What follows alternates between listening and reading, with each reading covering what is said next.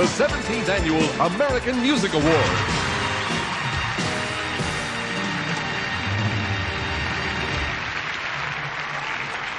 In the past, the American Music Awards has recognized deserving individuals with their award of achievement.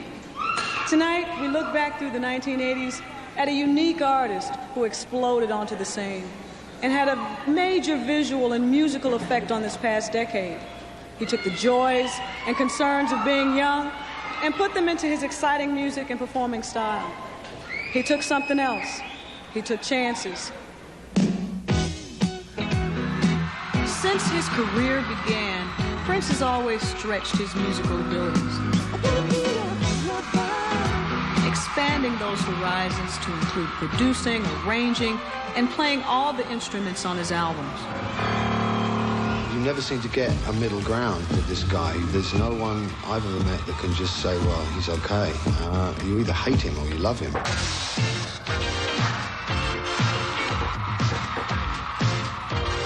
Audiences soon began to recognize this tremendous performer, and they proved it, buying over 50 million records and making 9 albums platinum.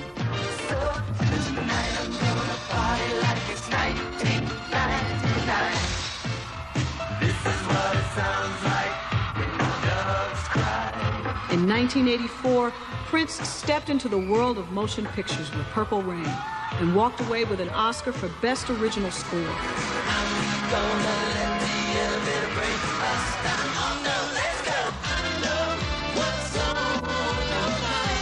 Prince's third movie brought new challenges. He directed Sign of the Times and captured high praises from critics all over the world.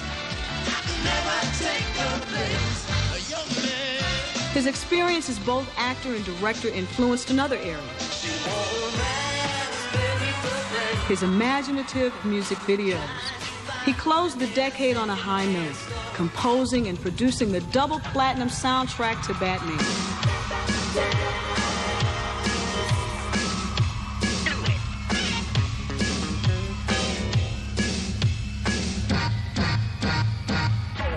Keep busting. Between his movies, albums, and tours, Prince still took time to write and produce for his friends, like the Bangles, Sheila E., Stevie Nicks, Sheena Easton, and Patti LaBelle.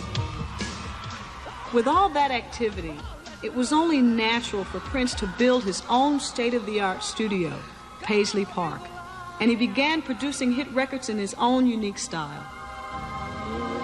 So he lets the engineer set up the board, everything else, and he tells the engineer to disappear, and he stays in with the artist, with his overdubbing or whatever. And I think that's great. It's a highly personal form of creativity.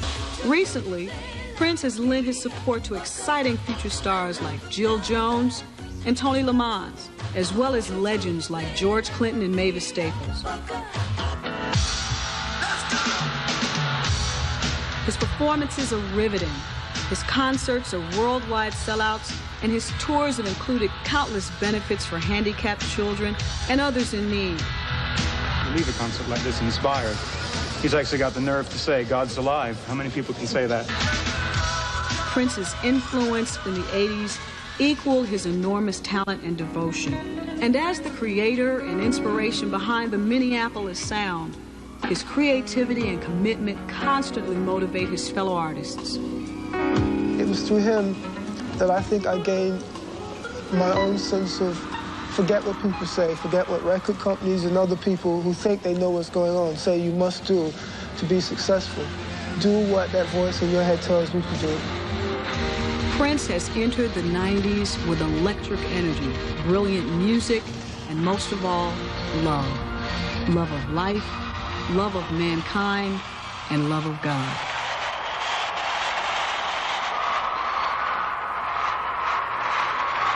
This is the Award of Achievement. Now, I want to read this inscription to you, okay? Because this is multi-talented artist through his writing and performing, his recordings and motion pictures, and his discovery and support of new musical stars has been a major influence on the look and the sounds of the 1980s. The American Music Award of Achievement goes to Prince.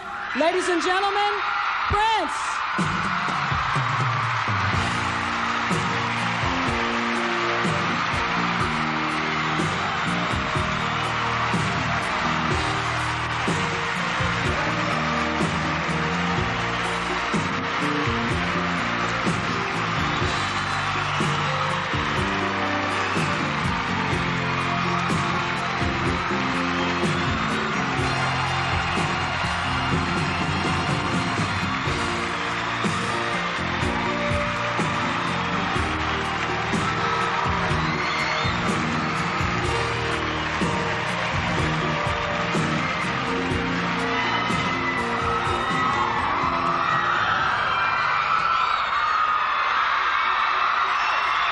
like to thank Dick Clark, the American Music Awards, Anita Baker, thank you.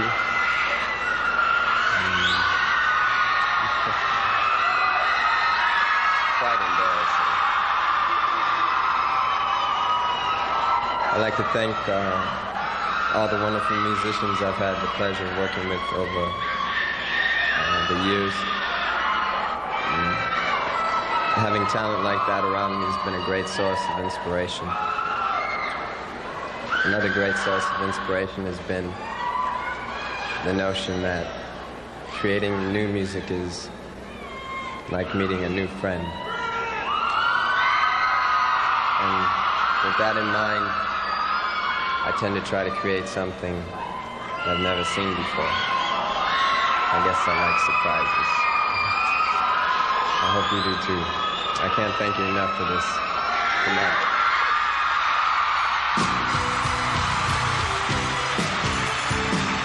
We'll return with our hosts, the Judds, New Kids on the Block, and more stars on the 17th Annual American Music Awards.